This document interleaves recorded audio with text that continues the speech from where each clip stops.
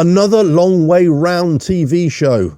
Watch this video. Hello, welcome to RevelatorAlf. I hope you're all well. So, there's going to be another long way round TV show coming out in spring 2025, something like that. And this is the Charley, Boorman and Ewan McGregor saga they've been doing. What's it, 3 so far over, 20 years they've been doing this now? Long way round, long way up, those kinds of things. And but this time they're going to go from where Ewan McGregor's hometown is in Scotland, and they're going to ride to Charley Boorman's hometown in England. Now, when I first read this from the motorcycle press here in the UK, I thought, well, that's going to be a very short journey, isn't it? Well, they're just going to zigzag all along green lanes all over UK or something. I thought, okay, that might be quite interesting. But no, it's actually what they're going to do. They're going to go up into Scandinavia, the Arctic Circle, and then they're going to come down from Scandinavia into Europe, and then just go back up into England, I suppose. So they're going to be having a different trip. So I'm looking forward to it. I mean, I really enjoy it. But one of the problems, I suppose, that I can foresee with this kind of series is the challenge of selling it to the motorcycling public. And I don't want to be disrespectful or anything like that, but I think, well, isn't this something that we've kind of seen all before? Or isn't this something that people have been doing on YouTube for ages now? So people are just... Now, the problem is that they're two celebrities, right? So that's what gives it the USP. That's what gives it something that people may want to jump in on and join. Then there's a bigger production, of course, and everything like that. But essentially, it's still the same thing. You got two friends who are celebrities, who are well known in the motorcycle industry as well, but well known certainly in the film industry for Ewan McGregor as well. And then they're going to go on a road trip and talk and do the things that they do, and meet people and everything like that. It's all great. It's all nice stuff. It's in some ways it's not hard hitting television though, is it? It's a little bit. It's very tame. It's just easy watching, which is great, which is fine in itself. But it's nothing new. And that's the issue with it. And I'm just wondering, well, how have they got away with selling this to a TV company as well? Now, the other thing we've got to look at is that YouTube has grown so much, and TV companies are really hurting, just like print media was really hurting and has been on the demise ever since the internet took over.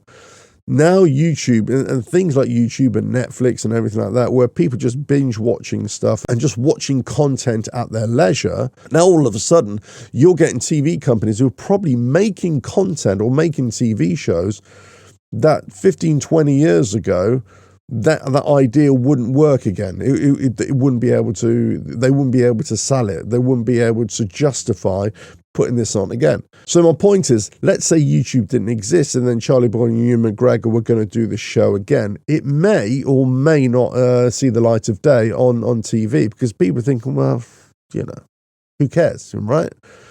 But because they're desperate to sell shows or put on TV shows, then they think, yeah, okay, this will appeal to a lot of people. This will draw an audience away from YouTube and onto the TV screen. So yeah, okay, I kind of see it. But will anybody be watching it? When you first saw the first series, I thought that was the absolute best series.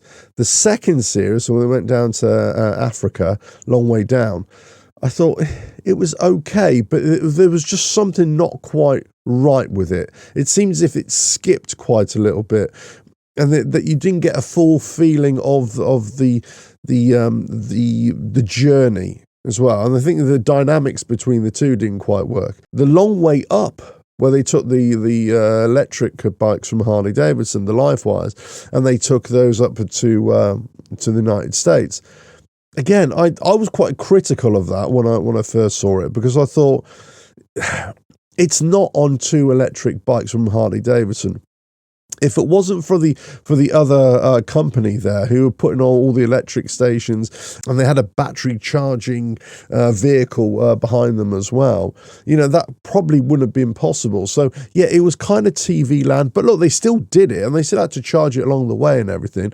So from that point of view, yeah, it was a challenging show, but again, it just seemed to be missing something, because they were so reliant on other people's technology. So in this show, it seems as if they've they've timed it just right. They've done absolutely everything right here in terms of they've gone away from technology and they've gone back to old bikes. Now, apparently they're doing this on an old Moto Guzzi and an old BMW R75, I think it is, something like that. They're two old bikes that they're going to be doing them. Now, whether they're going to, last the journey and all the problems with old bikes, that's kind of going to be the intrigue of it. That's going to be, something that people are going to think, oh yeah, that's interesting. I quite like that. I know it's quite a few YouTube channels actually, they've gone away from, just going with a brand new motorcycle, and they've kind of looked at old motorcycles and okay, let me use this for this journey. And go look at it yourself. You'll see some big YouTube channels that they've picked older bikes on purpose. And I've said this for a long time. There's great old bikes out there. You don't need brand new bikes. Everybody loves a brand new bike, but there's some great old bikes out there as well that'll do the job absolutely no problem. So maybe this is their USP now. These two old dogs on motorcycles with older bikes. Get away from technology and just seeing if you can do it in the modern era, as it were, of motorcycling, in the modern world. Just do it on old bikes and see how you get on. So I'm really interested to see how this works, but it's not going to be about the journey so much. It's more going to be about the dynamic between the two and how it's sold. And if it's a challenge on the road, then we kind of want to see it. If it's something that it's almost like a travel show, then I'm not so sure I want to see it, because if it's just a travel show, then you can see travel shows or, moto travel shows or motorcycle travel shows on YouTube. You can see it day in, day out. That's not going to be that much different. So they kind of have to bring a different angle for me. I think they're already doing it with the two old bikes. That is interesting. And if they bring it back to just them two on a journey and trying to find out where they have to go and, trying to figure things out for themselves, I think that works. It'd be interesting to see if they've got the old production team with them again as well, because they were also part of the show. They were also part of the success of the show as well. So that'd be very interesting to see how that works. But anyway, listen, it's coming out in spring 2025. Let's see how it works. So that's all I can say. But very interesting. I say I wasn't that impressed with the last long way up with the Harley Davidsons, but maybe this is going to be a totally different thing, a totally different vibe. Let us know your thoughts in the comments below. But long way round, again, this is coming back. If you like what I do here, just watch more of my videos and I'll catch you again. Bye now.